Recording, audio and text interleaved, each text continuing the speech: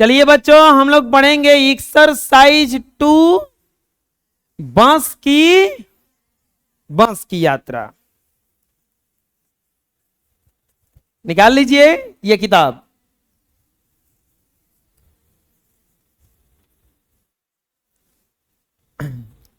इसके लेखक हैं हरिशंकर परसाई।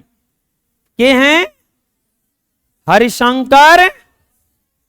हम 5 मित्रों ने, अरे बबुआ वो बंद कर दो दरवाजा, आवाज नीचे जाता है।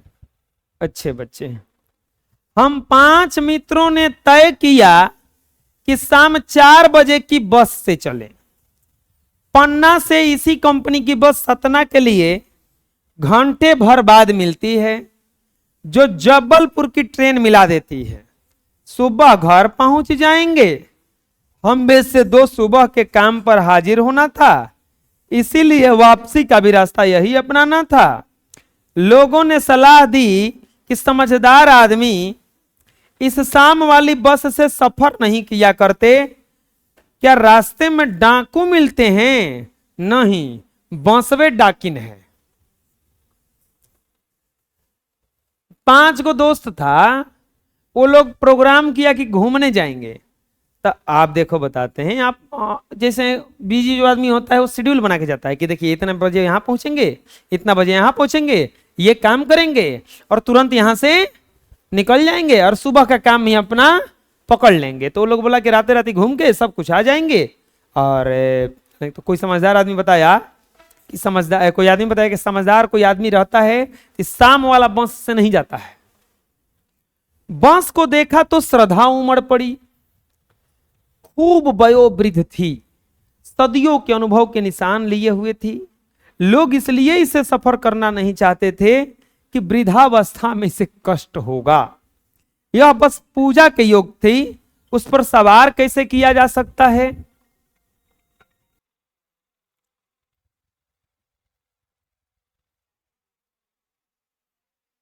जब बसवा देखे ना लेखक तो उनको श्रद्धा उमड़ पड़ी। बसवा एकदम बुढ़ा गया था। बुढ़ाने का मतलब समझ में आता है, पुराना था और उस पर एकदम श्रद्धा की ये बस पूजा के योग्य है,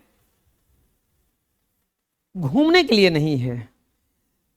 और लोग उस पर, अब एक बूढ़े आदमी से कैसे काम कराया जाए, इसलिए उस पर जाते नहीं थे कि बेचारी को कष्ट होगा, बसवा को कष्ट होगा। बस के कंपनी के हिस्सेदार भी उस बस से जा रहे थे। बस कंपनी के हिस्सेदार मतलब जो बसवा का मालिक था वो जा रहा था। हमने उनसे पूछा कि बसवा चलता है? वो बोले चलती क्यों नहीं है जी, अभी चलेगी। हमने कहा वही तो हम देखना चाहते हैं कि अपने आप चलती है या है। हाँ जी, और कैसे चलेगी? कोई जाके पूछा बसवा से, चलो वो कर ला, चलती क्या नहीं है, अभी तुरंत चलेगी। अपने से चलेगी कि धक्का दे दे के चलाइएगा? तो ना, अपने से चलेगी। गजब हो गया, ऐसी बस अपने आप चलती है। बड़ा दिक्कत होता है, कोई आकर आपसे कुछ कह दे। अभी रास्ता गिना गया, एक आमरा से आया कोई, बोला कि लाइब्रेरी खाली है? बोले हाँ खाली है। बोला सर यहाँ पर कोचिंग चलता था, सब बंद हो गया का? तो हम बोले कि ऐसा काहे लग रहा है आपको? रास्ता गिना ना गया, कहीं आप उड़ के आए हैं? बहुत सही जवाब दिया हम भी। आप उड़ के उतरे हैं गाई जा, रास्ता से आए हैं कि नहीं आए हैं? तो हाँ हई रास्ता से कौची है, क्या है?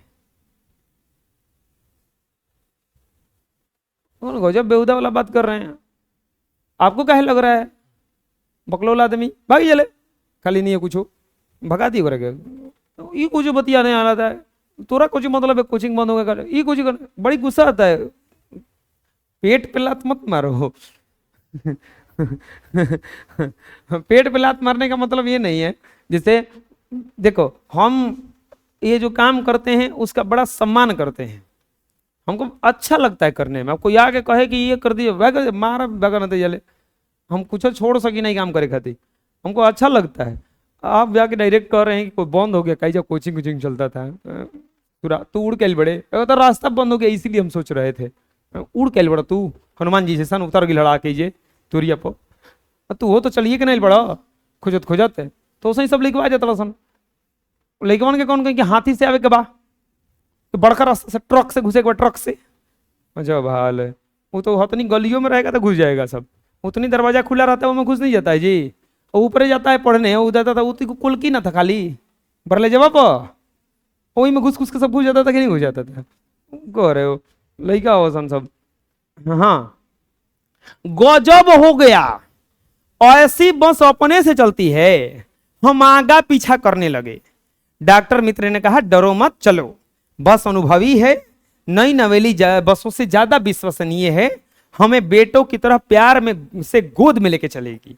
बसवा को बोला कि चलो, नया नया नहीं है, पुराना है, अनुभवी है, बढ़िया से लिया जाएगा। हम बैठ गए। जो छोड़ने आए थे वो इस तरह देख रहे थे जैसे हम अंतिम विदा दे रहे हैं। जैसे जो छोड़ने आया तो लग रहा था कि जा किस्मत रही तो फिर भेंट हो ही, अंतिम विदा। उनकी आंखें कह रही थी कि आना जाना तो लगा ही रहता है, आया है सो जाएगा, राजा रंग फकीर। उनको एकदम लग रहा था भाव भंगिमा देख के एकदम अंतिम विदाई हो रहा है हमारा। अब आदमी को कूच करने के लिए एक निमित्त चाहिए। इंजन सचमुच स्टार्ट हो गया, ऐसा जैसे सारा बस ही इंजन है। बस चालू हुआ तो पूरा वाइब्रेट करने लगा, जिससे लगा कि सब बसें इंजने है और हम इंजन के भीतर बैठे हैं। लग रहा था कि पूरा बस इंजन है, हम इंजन के भीतर बैठे हैं। कांच बहुत कम बचे थे। जब हम पढ़े थे तो बड़ा हमरा हंसी आया था। जो बचे थे उनसे हमें बचना था। शीशा वैसा लगा था, कमे था, और जो बचल था उससे अब बचना था हम लोगों को कि कहीं उड़ उड़ के हमरा पर मत आ जाए। हम फौरन खिड़की से दूर भाग गए। खिड़की भी ना बैठे भैया, का पता कांच हमला कर दे। इंजन चल रहा था और हमें लग रहा था कि हमारी सीट के नीचे इंजन है। सीट इतना वाइब्रेट करता है, कबो कबो इंजन पे बैठिएगा ना जाकर के, ट्रैक्टर की टाली पे बैठिएगा और मुंडा पे बैठिएगा, दोनों में अंतर होता है। टलिया कम पड़कता है, ये एकदम ढाए पड़कते जाता है। चलो आगे चलते हैं। सचमुच बस चल पड़ी, बसवा सांचों में चल लगल। हमें लगा कि यह गांधी जी के असहयोग और असविनय आंदोलन के वक्त अवश्य जवान रही होगी। उनको लगा कि एकदम 1920 में के बॉस हो, 1920 के। उसे ट्रेनिंग मिल चुकी थी, हर हिस्सा दूसरे से असहयोग कर रहा था। पूरी बस सविनय अवज्ञा आंदोलन के दौर से गुजर रही थी। सीट का बॉडी से असहयोग चल रहा था। कभी लगता था सीट बॉडी छोड़कर आगे निकल गई, तो कभी लगता है सीट छोड़कर बॉडी आगे भागी जा रही है। मतलब क्या है, सीटवा कौशल था तो सीटवा डाए डाए ऐसे ऐसे आगे पीछे करत रहे। 8-10 मील चलने पर सारे भेदभाव मिट गए। हमें समझ नहीं आता कि हम सीट पर बैठे हैं या सीट हम पर बैठी है। वो लग ही नहीं रहा था कि हम बस में बैठे हैं सीट पर, कि सीटवा हम पे बैठी है। एकाएक बस रुक गई। अचानक बस रुक गया। मालूम चला पेट्रोल की टंकी में छेद हो गया। जब पेट्रोल की टंकी अरे फूट गई। ड्राइवर ने बाल्टी में पेट्रोल रोककर बगल में रखा और नाली डालकर इंजन में भेजने लगा। वो ड्राइवर तेज था, बाल्टी लाया, बाल्टी में पेट्रोल भर लिया, एगो पाइप से डाल के इंजन को जोड़ दिया। ले ये टंकी है, बल्टिया हो, कहीं बल्टिया ढरक गई तो पता चलल कि खत्म। मैं उम्मीद कर रहा था कि थोड़ी देर बाद बस कंपनी के हिस्सेदार इंजन को खोलकर गोद में ले लेंगे और उसे नली से पेट्रोल पिलाएंगे, जैसे माँ बच्चे के मुंह में दूध की शीशी लगाती है। अब लग रहा था कि अब अभी तो पेट्रोल के टंकी फूटल बा, कुछ देर में इंजन में उठा के लावे के पड़ी, गोदी में रख के ले के करके ले पेट्रोल ले चल चक्का चलाओ। बस की रफ्तार 15-20 मील हो गई। मुझे उसके किसी हिस्से पर भरोसा नहीं था। ब्रेक फेल हो सकता है, स्टीयरिंग टूट सकता है। प्रकृति के दृश्य बड़ा लुभावने थे। दोनों तरफ हरे भरे पेड़ थे जिन पर पक्षी बैठे थे। मैं हर पेड़ को अपना दुश्मन समझ रहा था। उनको डर था कि कहीं पेड़वा से टकरा मत जाए जाके ही बसवा। जो भी पेड़ आता डर लगता कि इससे बस टकराएगी, वह आगे निकल जाता तो दूसरे पेड़ का इंतजार करता। झील दिखती तो सोचता कि बस इसमें गोता लगाएगी, कहीं तालाब नदी दिखता तो लगता था कि बस यही में हेलेगी, अब क्या करेगी। फिर एकाएक बस रुकी, ड्राइवर ने तरह तरह की करते हुए तरकीबें की पर नहीं चली, फिर बसवा बिगड़ गई। ड्राइवर फिर नियम लगाया, कुछ कुछ चल भी नहीं गया। सविनय अवज्ञा आंदोलन शुरू हो गया था। कंपनी के हिस्सेदार कह रहे थे बस तो फर्स्ट क्लास है जी, ये तो बस इत्तेफाक की बात है। इसमें एक चीज आ रहा है, असहयोग आंदोलन और सविनय अवज्ञा आंदोलन। अब ये समझ में नहीं आ रहा होगा असहयोग आंदोलन का मतलब क्या होता है। जैसे हम पढ़ा रहे हैं, आप लोग चुप हैं, तो आप लोग मेरा सहयोग कर रहे हैं। बात समझ में आ रहा है। अगर हम पढ़ा रहे हैं और आप चुप हैं तो आप मेरा क्या कर रहे हैं, सहयोग। अगर हम पढ़ाएंगे आप लोग हल्ला कीजिएगा तो इसको क्या कहा जाएगा, असहयोग। समझ में आ गया कि एकदम जानबूझ के आपसे कोई पानी मांगा तो आप सहयोग कर रहे हैं। चाहे अब घर में कुछ काम है, बर्तन मान लीजिए कि है, बर्तन जाके मांज दिए, तो आप मम्मी का क्या कर रहे हैं, सहयोग कर रहे हैं। बात समझ में आ रहा है। सविनय अवज्ञा आंदोलन क्या है, हम इससे बोले ये बबुआ एक बोतल पानी लाओ, ये बोला हाथ जोड़ के कहो तनी ना लाई, हाथ जोड़ के कहो तनी ना लाई। सविनय, सविनय मतलब कि ऐठ के ना बोलम, बढ़िया से कहम और करबो ना करब, बढ़िया से कहम कि ना करब। पापा बोलन बबुआ बैठ के पढ़ लो, हाथ जोड़ तनी ना पढ़ब, हम तारा जौन करे के बा करो, पढ़ब ना हम, इना होना पढ़म, ऐसे ना पढ़म पापा, ना पढ़म। तो सविनय एकदम अनुनय विनय से कहेंगे कि ना करेंगे, मतलब बढ़िया से प्यार से बेइज्जती करना, इसी को कहा जाता है। ये बबुआ है ने, कल तोरा के 10 रुपया दिल रही तो तू चोर लेखा खा काहे गईले, ऐसे का मतलब पंखा बंद। समझ में गया, समझा करो इशारा। बस पढ़ रहे हो और इशारा नहीं समझते हो, बस वाला जिसे 2 बार इंजन पे ठुकता है समझ लो कि रुक के चलने वाला है, 1 बार ठोकता है तो समझ लो कि रुकने वाला है। बुझा रहा है। चलो सविनय अवज्ञा आंदोलन समझ में आ गया ना। तो इंजन ने क्या किया, सविनय अवज्ञा आंदोलन चालू कर दिया कि भैया हम लोग चलेंगे बोलेंगे नहीं। क्षीण चांदनी में वृक्षों की छाया के नीचे वह बस बड़ी दयनीय लग रही थी, जैसे कोई वृद्ध थक कर बैठ गई हो। ऐसा लग रहा था कि बसवा थक करके बैठा है। हमें ग्लानि हो रही थी कि बेचारी पर लद कर हम चले आ रहे हैं, अगर इसका प्राणांत हो गया तो इस बियाबान में हमें अंत्येष्टि करनी पड़ेगी। वो बेचारे लेखक कह रहे हैं कि हमें अपने आप पर शर्म आ रही है कि इस वृद्ध को हम लोग कष्ट दे रहे हैं, वृद्ध मतलब उस बस को, और कहीं बेचारी मर गई, मतलब अंतिम दिन हो गया इसका, तो ये कहीं कर संस्कार करना पड़ेगा, अंतिम संस्कार। हिस्सेदार साहब ने इंजन खोला, कुछ सुधारा, इंजन फिर चालू हो गया, बस चल पड़ी और उसकी चाल और कम हो गई। पहले चलत रहे तन की स्पीडों में एकदम आराम से चले लगल। धीरे धीरे वृद्धा की आंखों की ज्योति जाने लगी, तनी शाम होने लगा तो कर लाइटवो कम होने लगा। चांदनी में रास्ता टटोल कर वह रेंग रही थी। आगे या पीछे से कोई गाड़ी आती तो वह एकदम किनारे हो जाती और कहती निकल जाओ बेटी, अपनी तो उम्र वह नहीं रही। कोई भी आगे से रास्ता से गाड़ी आता चाहे पीछे से आता, फट देनी साइड में ड्राइवर खड़ा कर देता था, जाओ जाओ तुम लोग जाओ, अब हमारी उम्र। देखे होंगे आप भीड़ में जाइएगा, बुजुर्ग कोई रहेगा तो चलता है, जैसे देखे कोई जवान आदमी आ रहा है चाहे जुआ लड़का रहे तो तुरंत साइड हो जा, बबुआ जा, हमारी उम्र थोड़े ना बात ना ते चले के जा, पार हो जाता अब हम जाए। एक पुलिया के ऊपर पहुंचे थे कि टायर फिस करके बैठ गया, टहरवे उड़ गया, बहुत जोर से हिलकर बस थम गई। अगर स्पीड में होती तो उतरकर नाले में गिर जाती। मैंने उस कंपनी के हिस्सेदार की तरफ पहली बार श्रद्धा भाव से देखा। वो कंपनी का जो हिस्सेदार था उसके तरफ बड़ी लेखक प्यार से देखे, वह टायरों का हालत जानते हैं, फिर भी जान हथेली पर लेकर इसी बस से सफर कर रहे हैं। बोले वो ड्राइवर तो टायर जानता है ना, बस का मालिक तो टायर के बारे में जान रहा है कि क्या हाल है, लेकिन जान हथेली पर लेकर। बोले हम लोग ऑटो में बैठते हैं तो ऑटो का टायर थोड़ा ना देखते हैं कि देख लेते नहीं टायर ठीक बना, ऐसे देखते हैं, जाके डायरेक्ट बैठते हैं। लेकिन जो ड्राइवर है वो तो जानता है ना कि ऑटो कैसा है।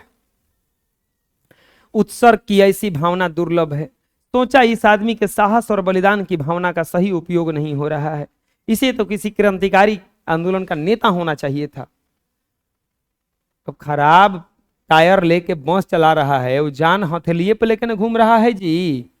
तो उसको बस जब आता तुम्हारा जान सस्ता है तो तू बस में काहे मुंह आ रहा है। क्रांतिकारी नेता बनो, हमारी मांगे पूरी करो, आंदोलन करो, पुलिस के लाठी डंडा खाओ, कुछ बड़ा आदमी बन जाओगे। फिर बस नाले में गिर पड़ती तो हम सब मर जाते, तो देवता बाह पसारे इसका इंतजार करते, कहते वह महान आदमी जा रहा है जिसने एक टायर के लिए प्राण दे दिया, मर गया लेकिन टायर नहीं बदला। एक दूसरा टायर घिसा टायर लगाकर बस फिर चल पड़ी। हमने वक्त पर पन्ना पहुंचने की उम्मीद छोड़ दी। अब ऐसा बस से पन्ना कभी भी पहुंचने की हिम्मत छोड़ दी, वही नहीं, उनको लगा ही कि नहीं कि अब हम लोग को भी पहुंचियो पाएंगे। पन्ना क्या, कहीं भी पहुंचने की हिम्मत छोड़ दी। लगता था कि जिंदगी बस इसी बस में गुजारनी है, वैसा चल ही रहा था। इससे सीधे उस लोक को पर्याय कर जाना है। इस पृथ्वी पर अब कोई मंजिल नहीं है। हमारी बेताबी तनाव खत्म हो गए, हम बड़े इत्मीनान से घर की तरफ बैठ गए। चिंता जारी जाती रही, हंसी मजाक चालू हो गया। और ये सोच लिए कि अब हमें कहीं पहुंचाएगा नहीं, अब ये बस में से सीधे परलोक जाना है। दुनिया छोड़ के चुपचाप मस्ती करते हैं बैठकर, वो हंसी मजाक है चालू हो गया। समझ में गया? बोलो। चलिए देखते हैं पाठ के प्रश्न। ये बस बता,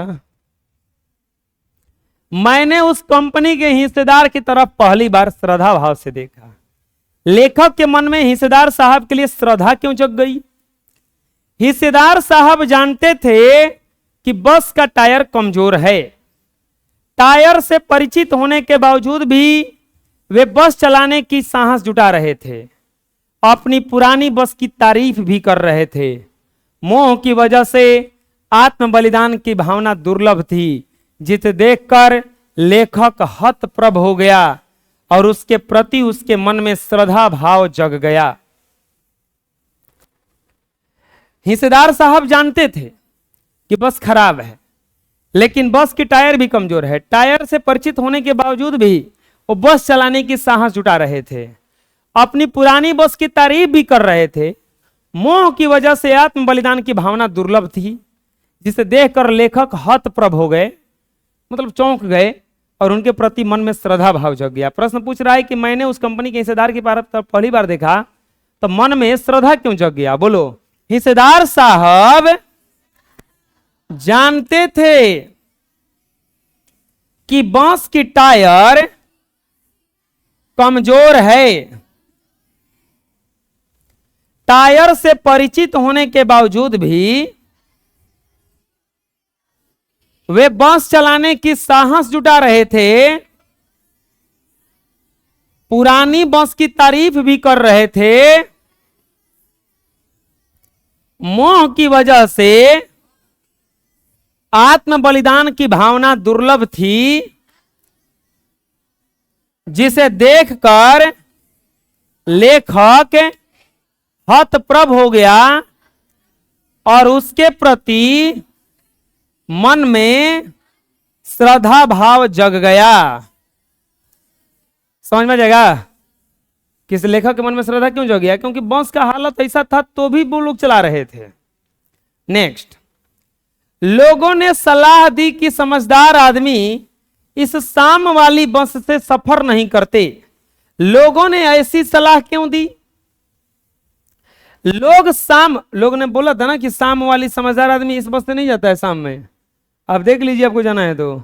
लेकिन बढ़िया बढ़िया आदमी, समझदार आदमी तो ये बस से जाइबे नहीं करता है। तो लोग शाम वाली बस के बारे में सब कुछ जानते थे। वो जानते थे कैसी बस है, क्या हालत है। वे जानते थे कि शाम वाली बस की हालत खराब है, बस का कोई ठीक नहीं है कि अब कब कहां रुक जाए। शाम मिटने पर रात में कहीं बस खराब हो जाए तो रात रास्ते में ही बितानी पड़ेगी। इसीलिए लोगों ने सलाह दी कि समझदार आदमी इस शाम वाली बस से यात्रा नहीं करते। लोग इस बसवा के बारे में जानते थे कि बस डैमेज है, कहां रुकेगा कोई ठीक है नहीं है। तो कोई जानता है तो ना बोलेगा कि देखिए सबसे जाइए, इस गाड़ी से मत जाइए। इसलिए तो वो लोग अंतिम विदाई दे रहे थे कि जा तो जा, दोबारा आइबा कि ना आइबा, किस्मत रहल तो फिर भेंट हुई। बोलो, लोग शाम वाली बस के बारे में सब कुछ जानते थे। वे जानते थे कि शाम वाली बस की हालत खराब है, बस का कोई ठीक नहीं है कि यह कब और कहां रुक जाए।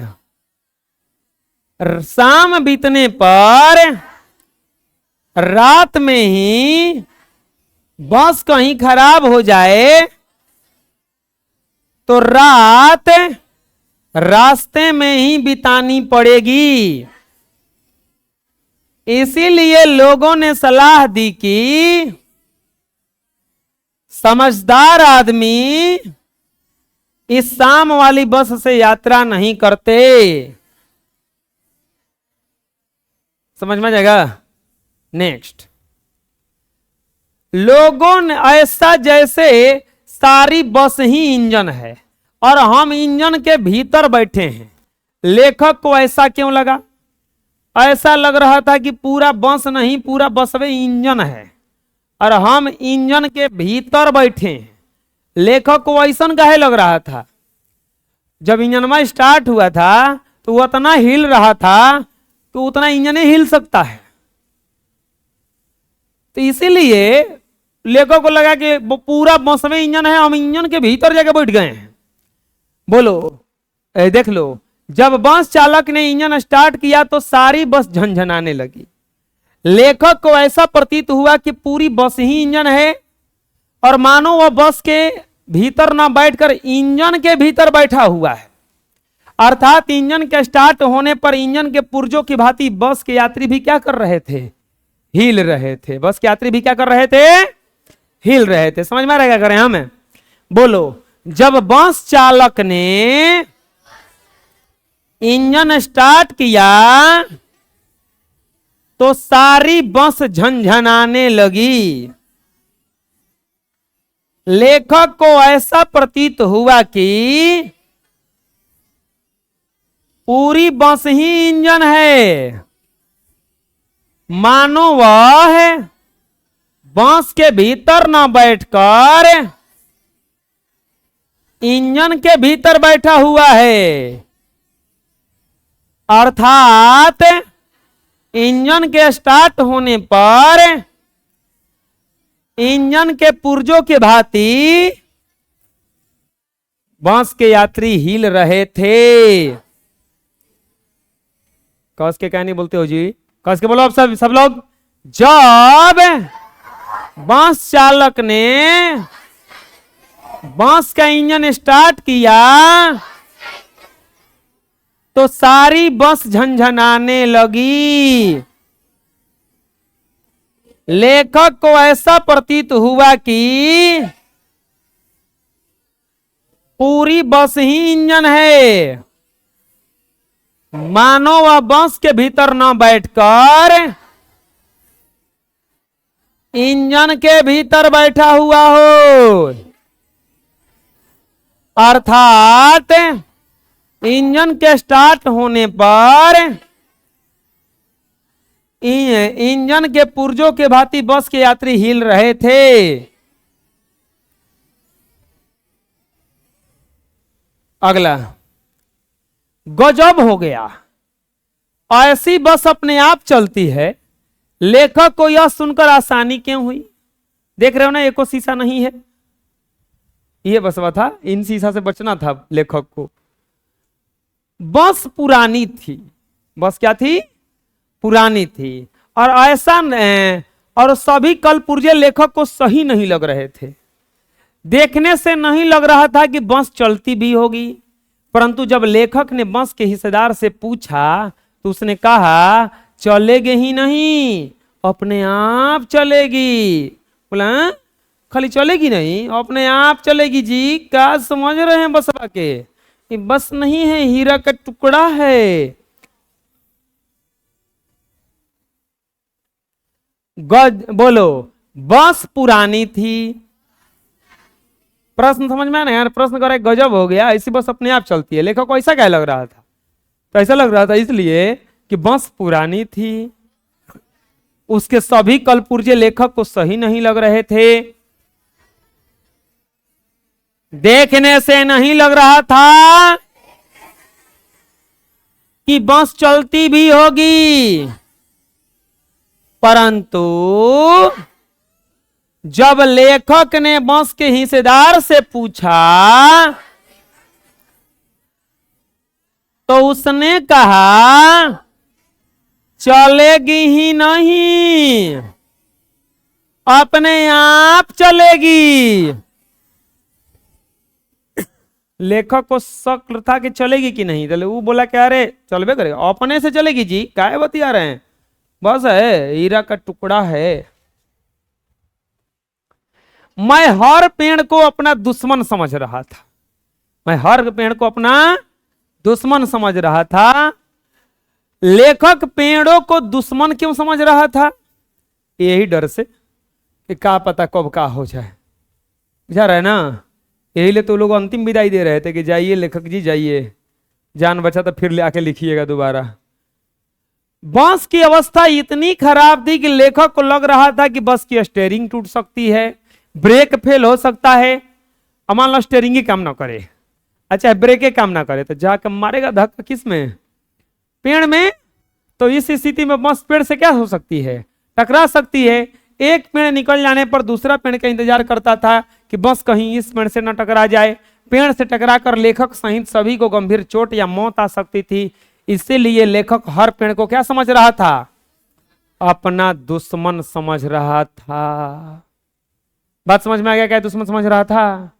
क्योंकि उसको लग रहा था कि बस बस ई पेड़ बना तो ई पेड़वा से टकराएगी, ई पेड़ बना तो ऊ पेड़वा से टकराएगी, और सही लग रहा था उसको, तो पेड़ से टकराएगी यानी कि मरेंगे हम मरेंगे यानी कि मुआने वाला दुश्मन, यानी कि दुश्मन यानी कि पेड़। पेड़ क्या है?